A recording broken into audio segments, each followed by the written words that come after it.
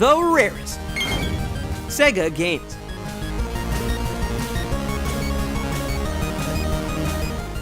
What up, friends? My name is Stan from Random Tens, and today on The Rarest, we're taking a look at the wonderful world of Sega games. Now, I know what you're thinking, and yes, as irrational as it sounds, today I'll do my best to encompass most of the collectible Sega titles from across many different consoles into this one video.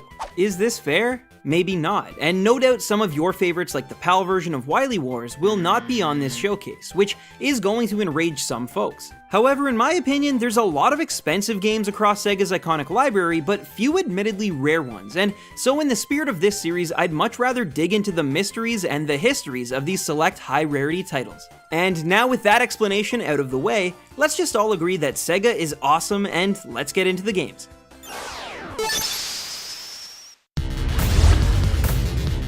Throughout this video, you're going to see a lot of collector's editions and box sets, but first up, we have a hard-to-find game that never really caught on in the West. Musha for the Sega Genesis is considered one of the premier shoot-'em-ups of the 16-bit era, and even today many gaming journalists consider it an incredible adventure that was simply ahead of its time. Developed by Compile for the popular Japanese LS series, Musha let players pilot giant mechs and battle across the solar system in order to defeat the rogue IntelliComputer Dire 51. Released in late 1990 in both North America and Japan, today the former version is highly sought after by shoot-'em-up collectors, and despite being re-released on the Wii's Virtual Console in 2008, prices seem to rise steadily year after year. And today, the well-received Genesis game sells for around $350 US complete in box. Personally, I think I'll stick with the Wii's re-release, but if you're looking for a solid shoot-'em-up to add to your prized Genesis collection, then you can't go wrong with Musha.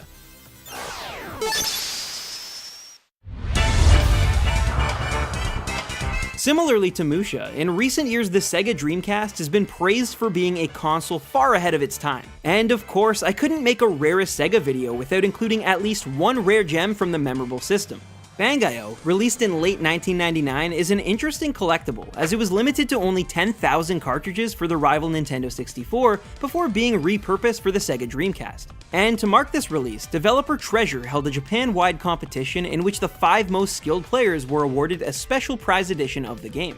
Now, originally these rarities flew under the radar, but today with more knowledge at their disposal, collectors are paying crazy amounts to add the prize edition to their collections. The most recent sale I could find was for a complete in-box copy that sold for around $800 US, but it's assumed that if and when another is put up for auction, it could fetch thousands of dollars. So if you happen to be a Sega collector and want the holy grail of Dreamcast games, stay vigilant and good luck.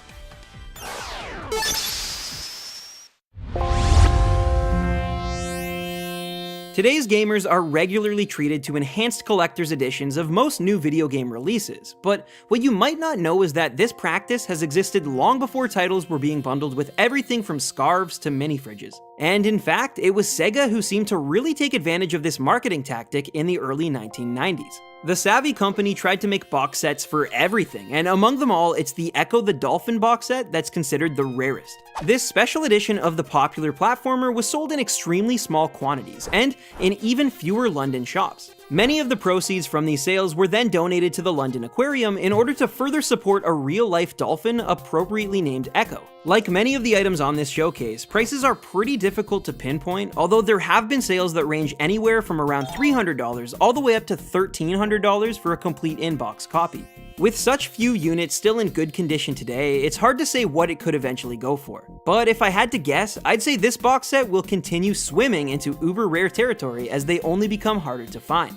Oh, and for those wondering, some other limited box sets include the Phantom 2049 and Maximum Carnage Special Edition packs, but in terms of sheer collectability, Echo surpasses them all.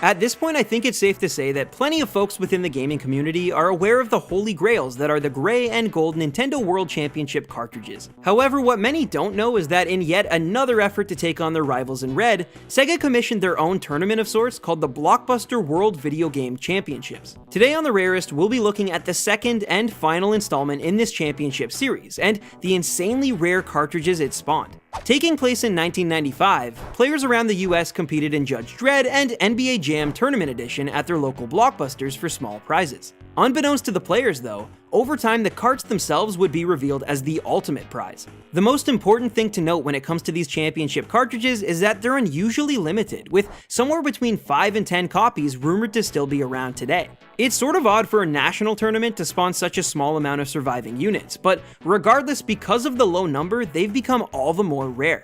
As of this video, the most recent sale took place in 2015, and that collectible cart sold for an impressive $2,500 US. It's also worth pointing out that, like the NWC carts, there are thousands of reproduction cartridges being sold on internet auction sites and at flea markets across the country. So please be careful while hunting down the rarest Genesis game ever created.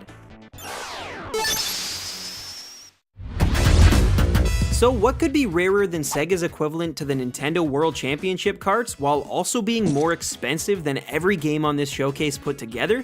How about Tetris?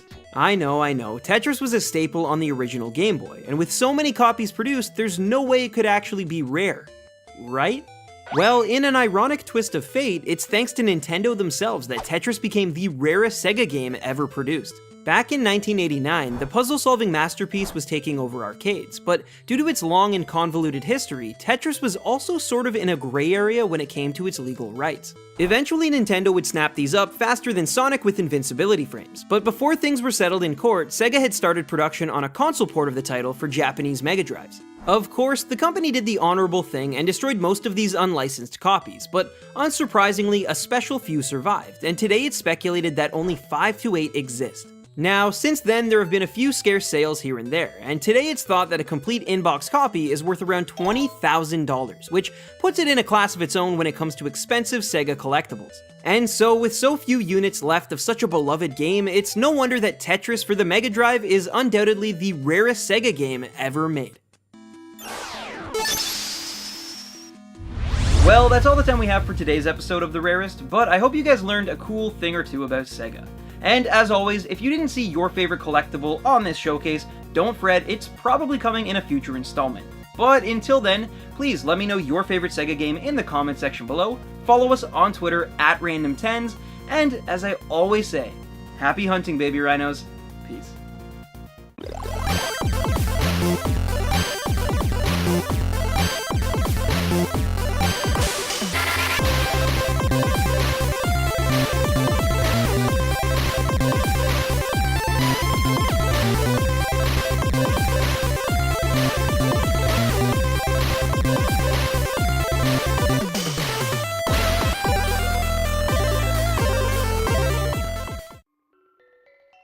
Yeah, I literally just finished the new Sega video. It's actually one of the coolest ones I think I've done in a while. Yeah, I know. Well, honestly, I don't know what the next video is going to be, but there is that new series I'm working on. Dude, I gotta go.